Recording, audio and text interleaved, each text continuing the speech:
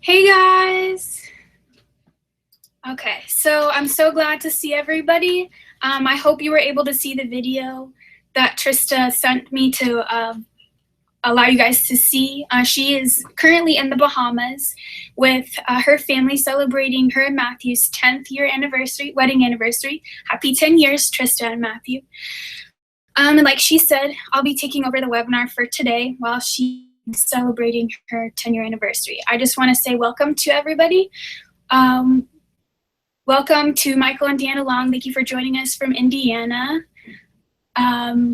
Daniel from Fredericksburg, Virginia. Messina, we see you from Long Beach, California. Karen in Raleigh, North Carolina. John from Richmond, Virginia. Solange from Belgium. Paulette from the Bahamas. Rexy from Dubai. Alexa from Fort Lauderdale.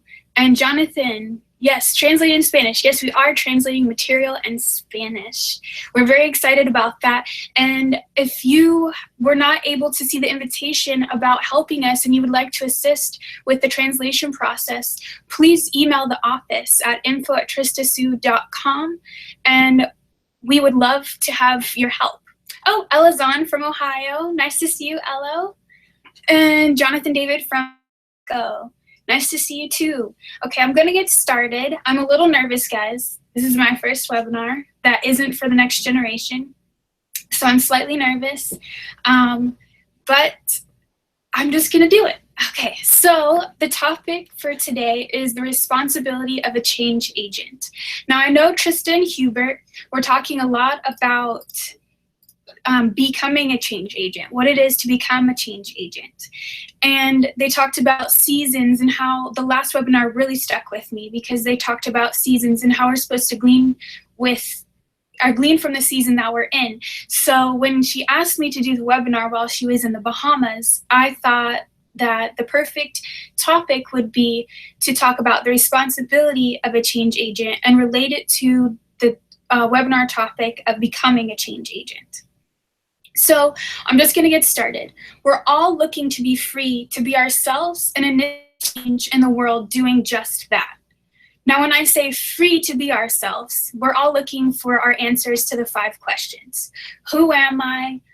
Where am I from? Why am I here? What can I do? And where am I going? And when we find those answers, when we find our identity, when we find our purpose and potential, and we discover and document our vision, we are free to be ourselves because we understand the principles of that discovery and we know that is the most fulfilling in life. But not only just being ourselves and being successful as ourselves, but also giving significance back to the world by being ourselves and solving the problem that we're born to solve. But that freedom of being ourselves can only be had and accomplished when we accept the responsibility that comes with it. Now, I've been reading the book, The Burden of Freedom, from Dr. Miles Monroe, and it talks all about the responsibility. Now, most people would assume, okay, freedom, if we're free from laws, we're free from, we have our own rights and we're free to do the things that we want to do and get the things that we want done accomplished. And we're just free to be you and me kind of freedom. Well, in essence, that is halfway true. We are free to be us. We are free to be you and me, but there is responsibility that comes with that freedom. The responsibility that comes with that freedom can be defined by the word responsibility itself. Now, Dr. Miles Monroe broke up the word responsibility into 3 syllables: re, sponse, and ability.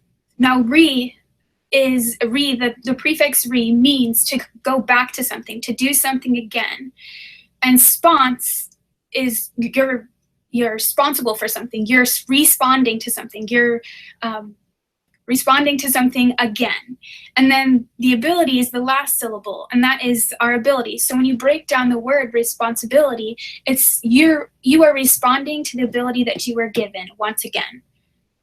So when we are acting on our freedom and we're acting on the responsibility of that freedom of being who we are, we're responding to the ability that we were given to be who we are.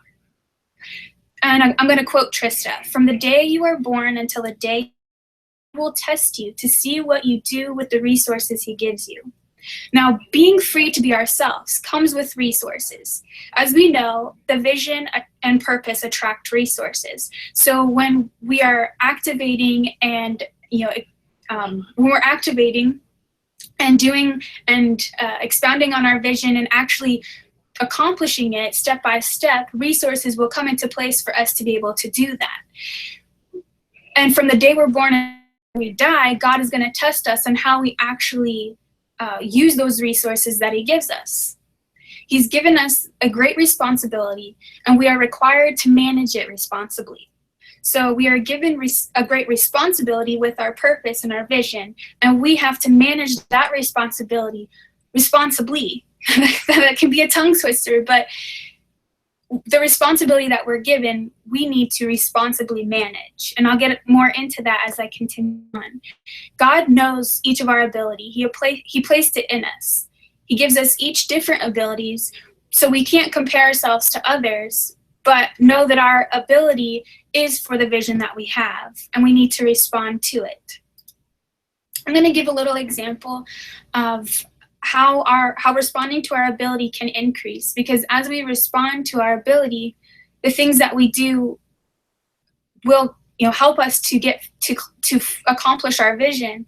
But as we accomplish each step in our vision, the responsibility is also going to increase. So as we respond to the ability that we are in with the season that we're in now, in the next season, that responsibility is going to increase just as much as the season grows. So a little example, when we're in high school, at least when I was in high school, I flew by. I took responsibility for the things that I did, but I didn't really have to. The teacher always told me, okay, this is due at this time, your homework needs to be done by this date, and they always constantly reminded me. And then my mom, she worked at the high school. So I always had somebody reminding me that I needed to get things done. I didn't always need that reminder, but I knew in the back of my head that if I forgot, somebody would remind me. But when I graduated from high school and I moved to college, I didn't have my mom working at the college, and the professors there are there to teach, not to remind you. And I remember one of the biggest statements that one of my professors said was, "I'm here to teach you, to lecture you, and to give you the information that you need to go through this course, but I'm not here to remind you to learn that information." So we were told going into college that every hour that we were in class, we needed to spend 3 hours studying. Now in high school, my teacher would say, here's your work, do your homework, I'm going to remind you to do your homework. But they didn't tell us that there was a lot of work behind it. And they didn't tell us in college that there would be a lot of work behind it. But when we got to college, I had to figure that out on my own. I had to test the waters. I had to initiate my study time. I had to make sure that I did my homework on time, schedule my homework time to make sure that my deadlines were met, because the professors gave us the deadlines at the beginning of the semester. So halfway through the semester, if something was due, they didn't remind us that we had to remember from when they told us in the beginning of the semester, because they assumed that we scheduled our time, because now we're in college and we're adults, and the professors are paid to teach us the information, but not to hold our hands as we learn the information. So as you grow and increase, so does your responsibility. As you respond to your ability, your responsibility will increase. And we're going to talk a little bit about what the responsibility covers. The freer you become, so the freer you become as you discover about you and who you are, why you're here, what you can do, where you're going, and you initiate that and execute that, you will become more responsible for who you are and what you're supposed to accomplish. So the freer you become, the more responsible you must become. Because only you can solve the problem that you're born to solve. Only you can go through the steps to solve that problem, and only you can accomplish the vision that you have documented. I can't be responsible for what you have, and you can't be responsible for what I have, because we have different abilities, different purpose, different vision, different potential, and different reasons why we're here and the reasons of who we are. So it's important that we all understand the freer we become, the more we become ourselves and discover who we are and initiate that and execute that, the more we must become responsible for who we are. In Luke 12:8, it says, "But the one who does not know and does things deserving punishment will be beaten only a little. For everyone who has been given much, much will be demanded. And from the one who has been trusted with much, much more will be asked." So in that parable, certain people were given talents. Certain people were given, I believe it's 5 talents and 2 talents and 1 talent. And the person that had 5 talents went off and made his money work for him. He took the responsibility of what he was given and made it work for him and added value to it. So for everyone that was given much, much will be demanded. We are all given abilities. We're all given a purpose. We're all given a vision. And we have to be responsible. If we want to be agents of change and change agents, we have to be responsible for what we are given and for the freedom of being ourselves, because an agent of change is someone who is free in who they are, and actively executes who they are to make a change in the world. So if we want to be change agents, we also have to accept the responsibility that comes with that and know that the more that we give and become of ourselves, the more that will be demanded of who we are.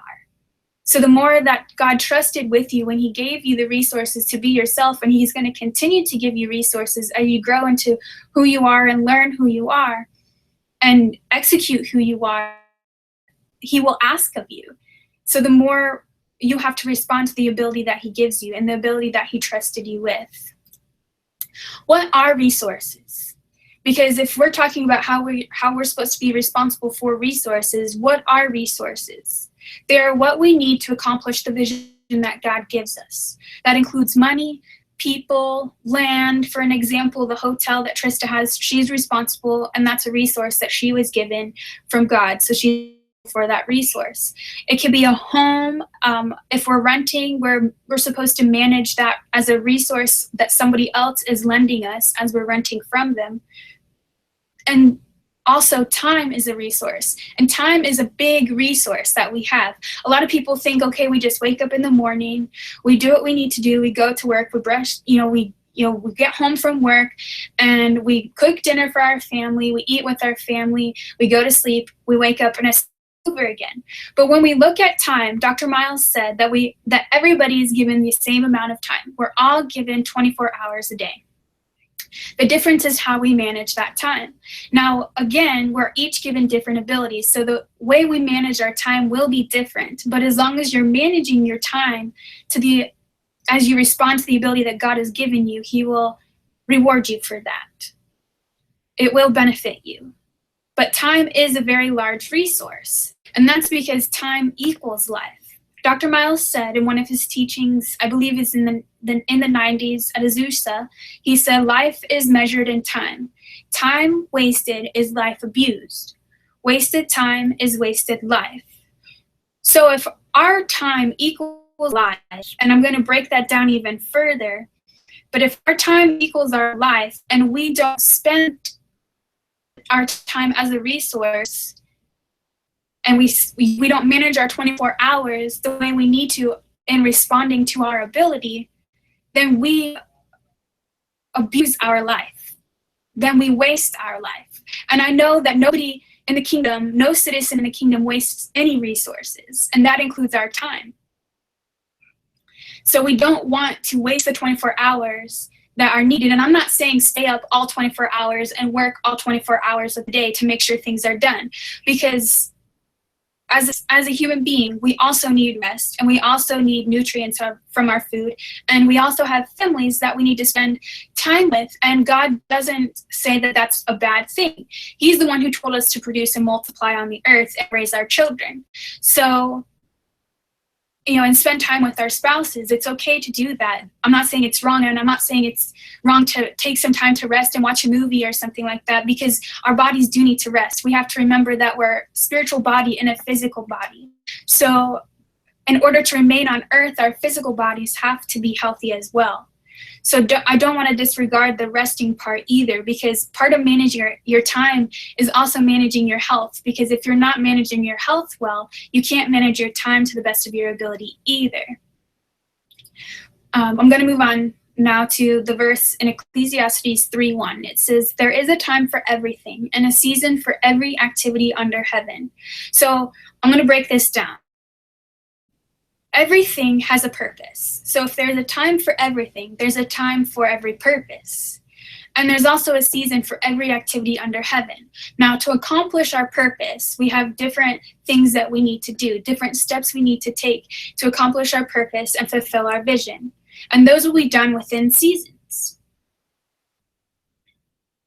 Now, Dr. Miles also said, time was created for purpose to be fulfilled. So God placed time on so that we could fulfill our purpose. In essence, purpose comes because, and it's only done within a time period of our lives, where our life is not determined by age, it's determined by our purpose. So God put time on earth to fulfill purpose.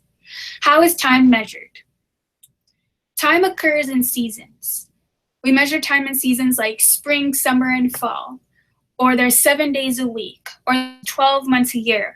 We break up time and call those different seasons or different time periods. Now, if we break up time and time equals our life, we also break up our life.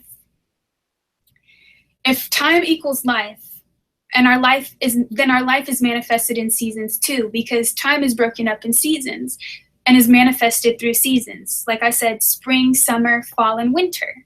7 days a week, 12 months a year.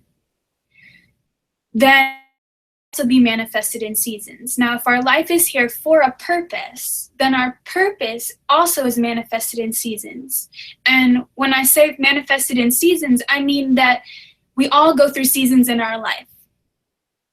And when we respond to our ability and we glean from the seasons that we're in, we can move on to the next season and benefit from it. So look at the season that you're in now and think of how you're managing that season in your life and as a time in your purpose. What part of your purpose are you in now in the season that you're in? Are you managing it? Are you responding to your ability in that season that you're in right now? Because if you don't fulfill the seasons, then you can't fulfill your purpose. Every season fulfills a specific purpose in your life. So and you fulfill your vision and accomplish it. So look at the seasons not as just something that passes away, but something that you have to fulfill as well, because if you don't fulfill it, you won't fulfill your purpose. Every season fulfills a specific purpose in your life. So we have to fulfill our seasons and glean from our seasons. And this is something I'm learning right now as well. And it's hit me hard in the past week or two that seasons are here for a reason. We may look at something and say, well, I think I'm ready to go and do things, even if it's outside of the season I'm in right now. I think I'm ready to go do this, so why can't I do this? And for instance, I'll just be honest, I wanted to go to a meeting that I couldn't go to, and I couldn't understand why I couldn't go to this meeting. I couldn't understand why the meeting didn't entail me participating. And Debbie actually reminded me about seasons. You're in a certain season. She said, you're in a certain season and you have to glean from that season. There will be seasons where you go to meetings and where you don't go to meetings, and it's for a certain reason. Look at the season that you're in and don't think, why am I not accomplishing certain things that are part of my vision now? Why am I not accomplishing them? And why am I not stepping out and doing things? It may be because of the season that you're in. Glean from the season that you're in. And yes, step out and do things, but don't step out of the season. God, in the season that I'm in now, how can I respond to my ability in the season now and get all that I can out of this season and then move on to the next one? So we must manage our seasons. We must manage all of our resources, and that includes our life, which includes every season within our life. As Trista and Hubert said in the last webinar, glean from the season that you are in. You are responsible for responding to your ability in each season, because as you respond to your ability in the season that you're in now, you'll be able to respond to the ability in the season that you move to. If you can't respond to the ability in this season, and that includes managing the resources, which is managing your time and managing your seasons, then you won't be able to move to the next one and manage those resources either and respond to your ability in that one. If we don't glean from the season that we're in now, how will we move to the next one and glean what we need from the next season? It's like the Israelites. They couldn't get past, being slaves in Egypt. And even when they were moved out of Egypt, they were delivered from slavery and moved out of Egypt. Yes, they were in the wilderness, but all of their needs were met. They had manna out the wazoo. Everything that they needed was given to them food-wise. They had water from a rock. Like, hit a rock and water came out. Like, if I saw that, I would be amazed. They had health care. All they had to do was look at a stick, I think it was, or a snake or something like that. Their shoes didn't wear out. Their clothes didn't wear out, so they didn't have to buy new clothes all the time. They just wore their clothes and it was fine. They had a pillar of cloud shading them and also guiding them throughout the day, and a pillar of fire guiding them at night. But yet they complained because they couldn't respond to the ability of not being slaves anymore. They couldn't respond to the freedom that they were supposed to have and discovering who they were. So they weren't able to respond to their ability, and God told them that they couldn't move to the promised land because of that. And he waited 40 years for their children, so that their children who responded to their ability because they didn't have the taste of slavery or the wilderness in them could move on to the promised land. So if we don't respond to our ability in the seasons that we're in by managing the resources and managing the season that we're in, gleaning all that we can from it, learning all that we can from it, even if we make mistakes in the season, it's okay to make mistakes. Learn from the mistakes so that you don't make it in the next season. If we don't do all of that, then we can't move on to the next one. If the next one is, the next step of your vision, you won't be able to accomplish the next step of your vision if you can't respond to your ability in the season that you're in now. So it's very, very important that you respond to your ability. Now here's another quote by Trista.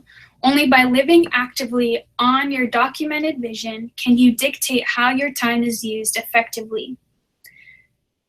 So when we are free in who we are, when we've discovered who we were, where we're from, why we're here, what we can do, and where we're going, so we discovered our identity, who our source is, the fact that all of our resources and all of our needs are met by our Creator, as well as why we're here, our purpose, the exact reason why God put us here, the problem that we're born to solve, as well as all of the potential, all of the abilities that God gave us, how our abilities match our purpose, and we can fulfill our purpose because of the abilities that God gave us, and then document our vision. So when we do all of those things, we have to actively act on them. We have to actively execute them in order to be effective in our time. So the only way that you can effectively respond to your ability with the time that you're given in the season that you're in now is by actively executing your vision in each season. So remember that who you are, why you're here, what you do, and where you're going are the things you need to be a true agent of change and to respond to the ability that you're in the season that you're in. So you have to live actively on your documented vision, and then you'll be able to effectively use your time in each season. So look at the season that you're in right now. Ask yourself, what part of my vision am I supposed to actively execute in this season? What am I supposed to learn in this season? How can I respond to the ability that I have in this season? And it could be in a job that you're in, like Trista and Hubert talked about in last webinar. You could be in a job and not deployed in your life work yet, and you want to be deployed. I don't know how many questions or how many times we get emails from people. How do I deploy myself? How do I properly deploy myself? When can I deploy myself? When do you know that it's time to deploy yourself? Well, we have to actively respond to the ability that we have in the job that we're in now. I didn't just jump into this job. Debbie didn't just jump into this job. We responded to the ability in the seasons that we were in, and then we were able to deploy ourselves into our life work. So all of us have to respond to the ability in the seasons that we're in. I don't know how else to explain that, but every season requires a certain ability, and that ability is given to you by God. He won't ever put anything on you to handle. So if your season is extra hard right now, or you think it's unbearable, working in the job that you're in is just unbearable, or being in the classrooms that you're in is just unbearable, or different life situations are coming upon you that you think you can't bear, well, know and rest in faith that God won't ever put anything on you that you can't handle. He gave you the ability to respond to during that season so that it can benefit you, because every season is to benefit you. Every season comes so that you can move on to the next one with a benefit from the season that you just went through towards the season that you're going towards. So remember to respond to that ability. Respond to your ability during that season, because the season will benefit you. Don't disregard a season or disregard anything during that season. Pass the test during that season, because God is testing you on whether you respond to the ability he gave you. So I'm going to actually close it out now. I know it's a short webinar, but like I said, I was very nervous and I probably talked really fast. But I am out of slides. And I just want to remind everybody that seasons are there for a reason, and that it's very important to glean and maximize all parts of the season, all the time and the resources that are in it. Manage it well. Manage your ability well. When you can manage it well now, you can manage it well later. And remember that the ability that you're given is for the purpose that you're given. Nothing will be put on you that you can't handle. God already gave you the ability. It's inside of you. So if you can unleash your ability, unleash your potential, and respond to it by being responsible for who you are, why you're here, what you can do, and where you're going, as resources that God gives you while you're executing where you're going, then you can glean from the season that you're in. And remember that as you increase in your season and you go through your seasons, you will also increase in the amount of responsibility that you need. So your abilities will increase and you need to respond to those. Now, thank you very much, guys. And I look forward to seeing those that are coming in July to the retreat, whether you're coming in person or live streaming. We look forward to seeing all of you. Keep fasting. We're going to be continuing to fast on Wednesdays, so continue to fast with us. Fast for the trip in Haiti in June, because it's going to be a very vital trip. We pray that those that we're going to will be prepared mentally and spiritually for what God is going to do for them and what we're bringing for them. And if you have anything that you want us to fast for as we're fasting as a community, please email us at the office, info@tristasue.com. And just a reminder, if you want to assist us in translating, if you can speak Spanish, Portuguese, French, Creole, Hindi, or Farsi, or if you know how to read and write them, please email us at info@tristasue.com, because we need your assistance. Just like Trista said in the beginning, she was thanking everybody that assisted us thus far, but that doesn't mean we're finished. We still need this. So if you would like to serve your gift in helping us, we would appreciate it. Again, email us at info@tristasue.com, and we'll see you at the top.